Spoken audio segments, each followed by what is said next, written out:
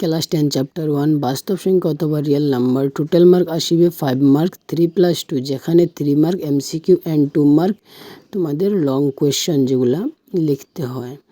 আমি কিছু important question যেগুলো ম্যাট্রিক ফাইনাল 2026 আসার জন্য সম্ভাবনা আছে, আমি রেড পেন দিয়ে মার্ক করে দিয়েছি, তোমরা তোমাদের বইয়ে দেখে নিও।